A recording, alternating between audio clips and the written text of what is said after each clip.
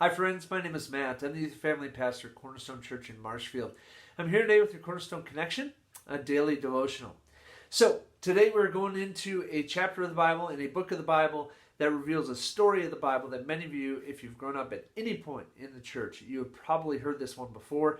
It is the story in 1 Samuel 17 that shows the event of David and Goliath, the battle between David and Goliath. Now, there are many different things that we can glean from this story, but there's something that really stuck out to me today as I was reading it, and I wanted to be sure to share with you.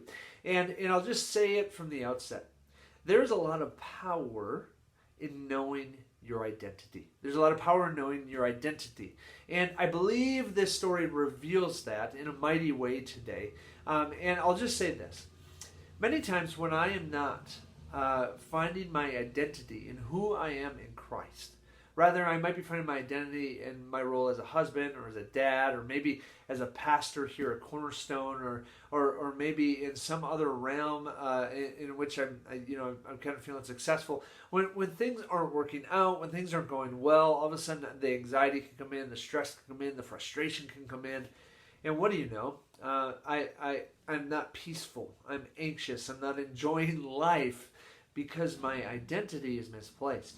I'm putting my identity where it actually doesn't lie, when it lies in Jesus Christ. Now today, in 1 Samuel 17, you might know the scene. We have the Philistines on one side, we have the Israelites on the other, and there's this big bad champion for the Philistines. His name is Goliath. And right at the outset of 1 Samuel 17, it gives this great description of what Goliath was like with his height of over 9 feet tall and the crazy strong armor that he was wearing and how heavy it was.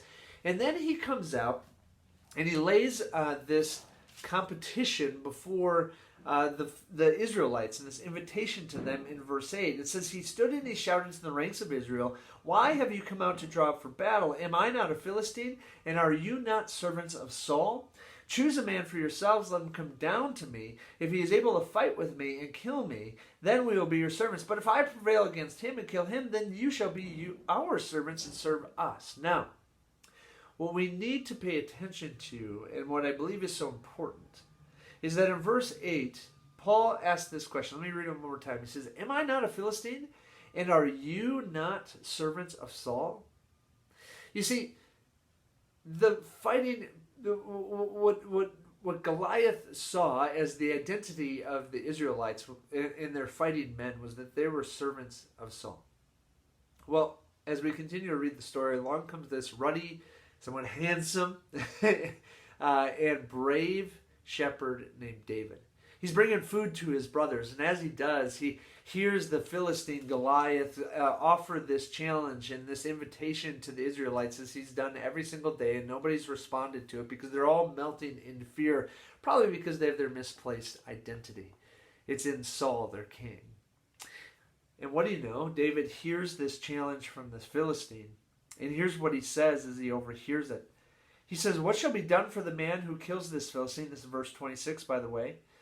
What shall be done for the man who kills this Philistine and takes away the reproach from Israel? For who is this uncircumcised Philistine that he should defy the armies of the living God?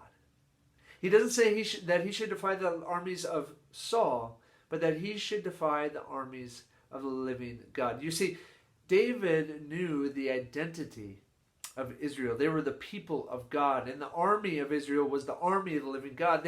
Their identity should not and could not be in King Saul, because it would become a disaster for them.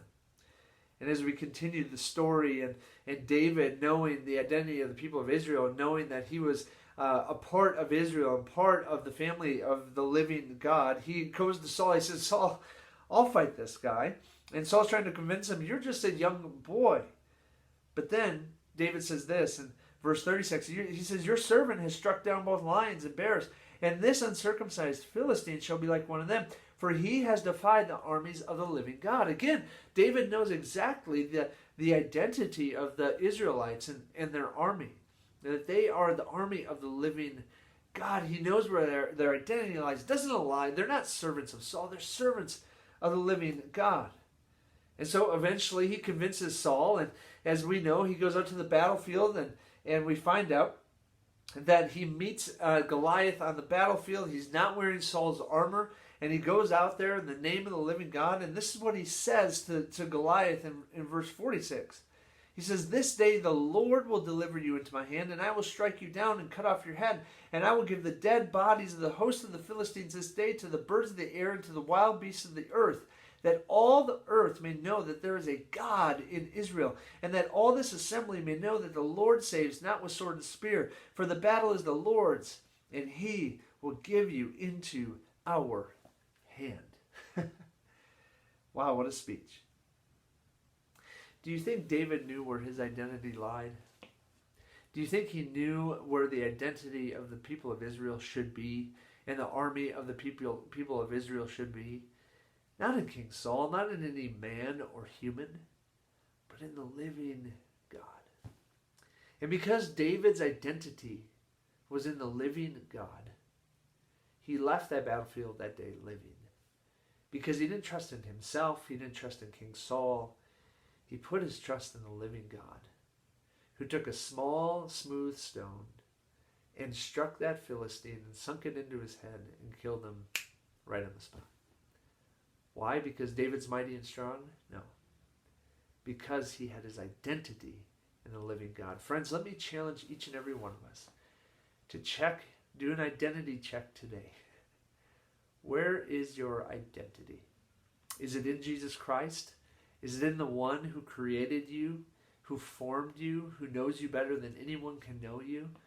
Or is it misplaced? Is it somewhere else? And let me encourage you, as we draw our identity from Jesus, we're going to see Jesus do amazing things. Have a great day, everyone. We'll see you next time on the Cornerstone Connection.